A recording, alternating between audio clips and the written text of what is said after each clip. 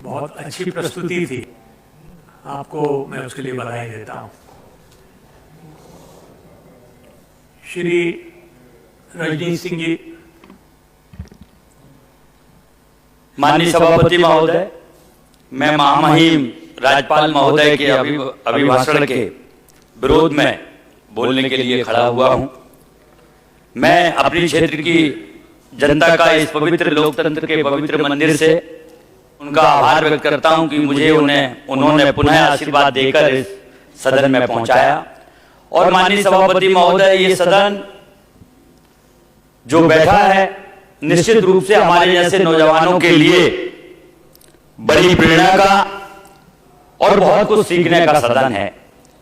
जहां एक और माननीय सभापति महोदय आप आसन पर विराजमान हैं, जहां माननीय अध्यक्ष जी हैं, वहीं दूसरी ओर सदन में ऐसे ऐसे वरिष्ठ सदस्य यहां पर चुन के आए हैं जिनका बहुत लंबा राजनीतिक जीवन और बहुत ज्यादा उनका अनुभव है, जो न केवल मध्य प्रदेश बल्कि भारत सरकार में भी मंत्री के रूप में रहे हैं। निश्चित रूप से हमारे जैसे नौजवानों को सदन में बैठकर उनकी बात सुनने का जो अवसर मिलेगा तो उससे निश्चित रूप से हमारे सार्वजनिक जीवन में हमें लाभ मिलेगा।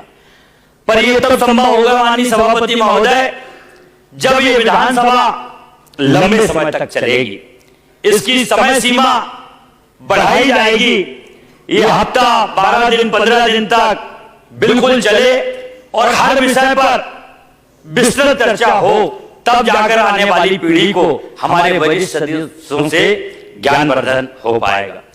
बड़ी प्रसन्नता है कि सदन में हमारे संसदीय कार्य मंत्री के रूप में आदरणीय कैलाश विजयवर्गीय जी बैठे हैं।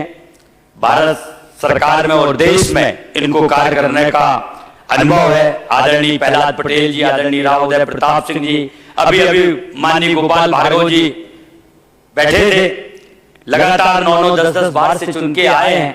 हम लोगों के लिए तो शोध का विषय है माननीय सभापति महोदय, और हम अपने आप को बड़ा सौभाग्यशाली मानते हैं। सम्मानित सीतारमण शर्मा जी, आप स्वयं, आदरणीय राहुल भैया जी, माननीय कमलनाथ जी, पूर्व मुख्यमंत्री शिवराज सिंह चौहान जी और वर्तमान हमारे मुख्यमंत्री आदरणीय डॉक्टर मोहन यादव जी, जिनके साथ हम ये कहें तो अतिशयोक्ति नहीं होगी कि 2013 में सब हम लोग साथ चुनकर माननीय सभापति महोदय आए हुए थे। तो निश्चित रूप से सदन बड़ा गरिमामयपूर्ण है। मैं तो इस सदन में अपनी बात रखने के पूर्व ये कहूंगा कि सिया राम मैं सब जग जानी और करहूं प्रणाम जोर जुग पानी। यथा योग सदन में बैठे हुए, चाहे सदन के अंदर, चाहे आप स्वयं आसन पर विराजित हैं, चाहे अधिकारी दीर्घा में, चाहे दर्शक दीर्घा में, चाहे पत्रकार बंधु जो भी सदन में यहां मौजूद हैं, मैं सभी को यथायोग प्रणाम कर मैं अपनी क्षेत्र की बात को प्रारंभ करता हूं।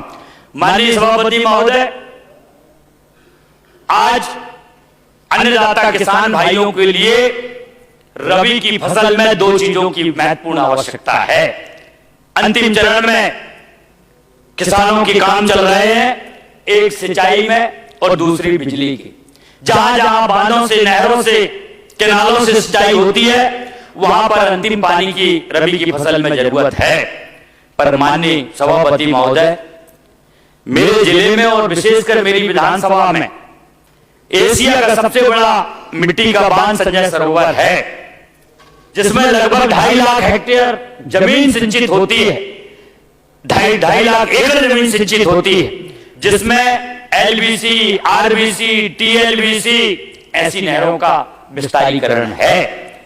माननीय सभापति महोदय, मैं भारत सरकार के पूर्व केंद्रीय मंत्री जब मंत्री थे और हमारे सिवनी जिले से जिनका नाता था, सम्मानीय श्रद्धेय श्री प्रहलाद पटेल जी सांसद भी रहे हमारे जिले के किसी समय पर, जब वो मंत्री थे उन्होंने इसका सीमेंट कंक्रीटीकरण का पैसा भी स्वीकृत कराया। मुझे प्रसन्नता है कि मध्य प्रदेश के सिंचाई मंत्री जी तुलसी सिलावट जी ने, माननीय मुख्यमंत्री जी ने उसको एजेंडे में भी लिया, पर अभी उसके टेंडर नहीं लगे। पर उसकी नहर 40 साल की जीर्णशील की हालत में हो गई है।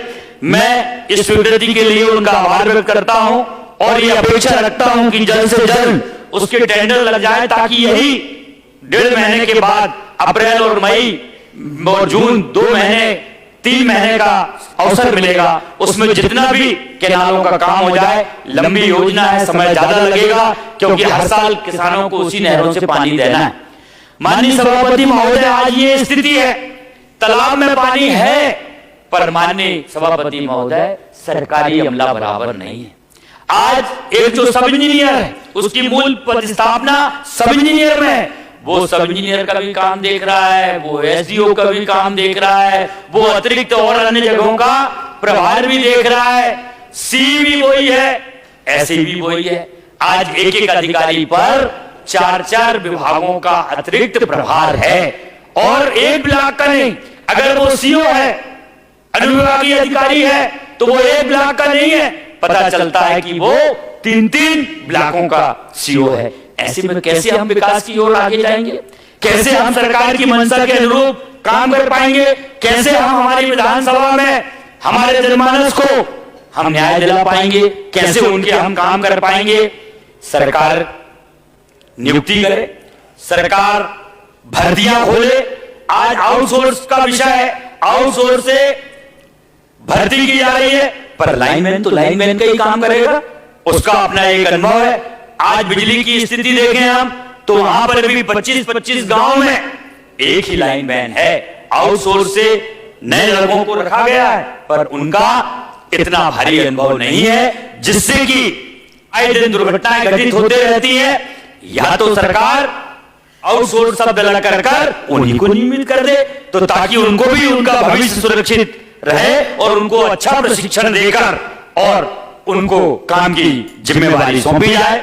माननीय अध्यक्ष महोदय, आज एक एक अधिकारी पर जो 4-4 अतिरिक्त प्रभार दिए गए हैं, मध्य प्रदेश में और अन्य जिलों में हो ना हो इसकी तो मैं पुष्टि नहीं करता, पर मेरे जिले में मैं बतौर आप जो भी अगर पटल में मांगेंगे तो मैं बताने के लिए तैयार हूं कि आज सिवनी जिले में अगर सबसे ज्यादा मैं समझता हूं कि मध्य प्रदेश में किसी जिले में अगर सरकारी अमले की कमी है तो वो हमारे सिवनी जिले में है। और एक विभाग की बात नहीं कर रहा हूं मैं हर एक विभाग की बात कर रहा हूं। मैंने सिर्फ सिंचाई विभाग की बात किया कि ऐसी और एक ही व्यक्ति है, और न केवल संजय सरोवर इतनी बड़ी बृहद परियोजना में, बल्कि जो पेंच प्रकल्प है जो प्रदेश का सबसे बड़े सिंचाई में आता है, उसमें भी वही इंचार्ज है, उसमें भी बराबर काम नहीं हो रहा है।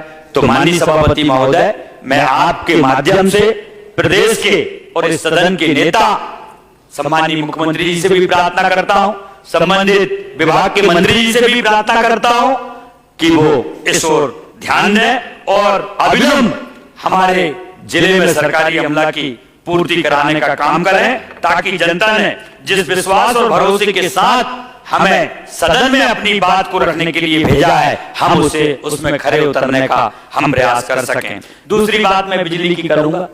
बिजली की आज ये स्थिति है माननीय सभापति महोदय कि अधिकारियों के पास, एई के पास चले जाएं, आप जेई के पास चले जाएं, आपको टीसी कनेक्शन देने में कभी मना नहीं करेंगे, तुरंत तत्काल।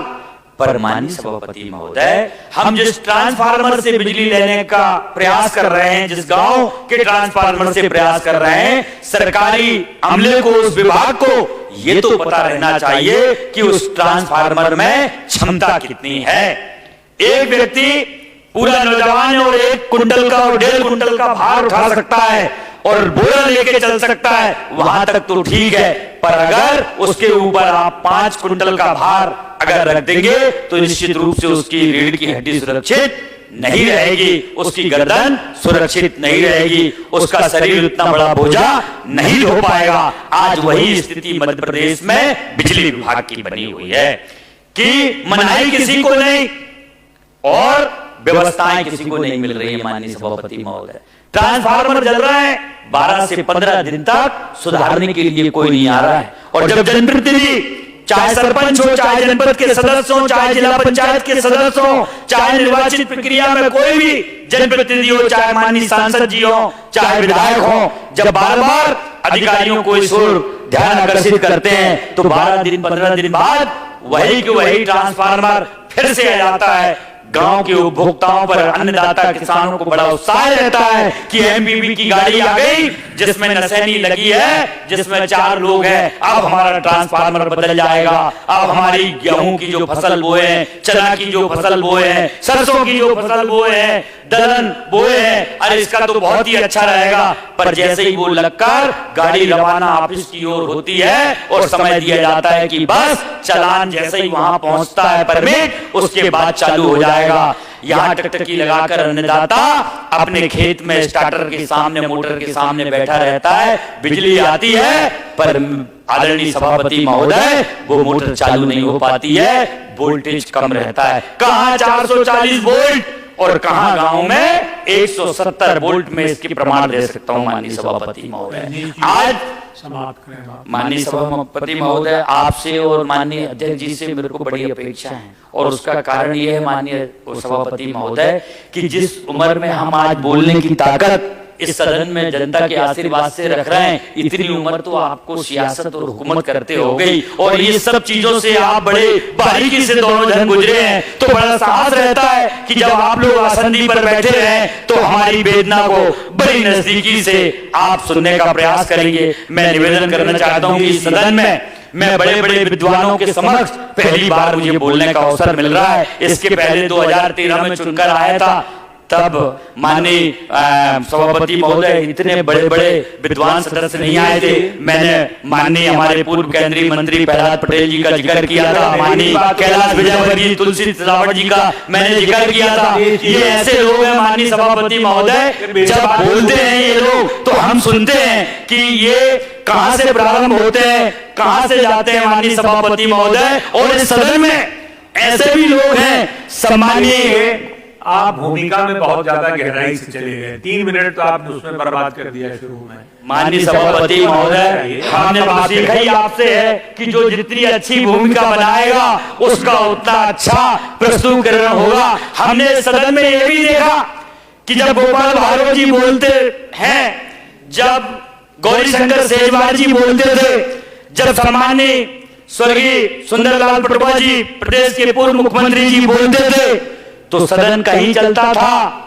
और अगर सदन को बोलना हो, विषय से किसी को विषयांगत करना हो, धारा के विपरीत नदी के प्रभाव को करना हो, तो बखूबी बड़ी होशियारी से इस सदन को कैसे गुमराह कर विषय से विषयांगत किया जाता था। हम उस समय दर्शक दीर्घा में देखते थे और सुनते थे कि विषय कहीं चल रहा है और बातें कहीं की हो रही। माननीय सभापति महोदय, मैं आपके समक्ष सभापति महोदय माननीय प्रहलाद पटेल जी बैठे हुए हैं अपनी सीट पर, मैं माननीय मंत्री जी आपका आभार व्यक्त करता हूं कि आपने मेरे विधानसभा क्षेत्र की जीवनदायिनी योजना जो नहरों की जीर्णशील हालत थी, आप केंद्रीय सरकार में मंत्री रहते हुए करोड़ों रुपए आपने स्वीकृत कराए। मैं सदन में केवलारी विधानसभा क्षेत्र की जनमानस की ओर से माननीय आपका बहुत बहुत आभार व्यक्त करता हूं, आपका बहुत बहुत साधुवाद करता हूं। बजट में तो बोलेंगे ना आप, उसके लिए कुछ बचा कर रखिए। माननीय बस मैं 1 मिनट में अपनी बात को विजय चौरे जी, माननीय सभापति महोदय, आपका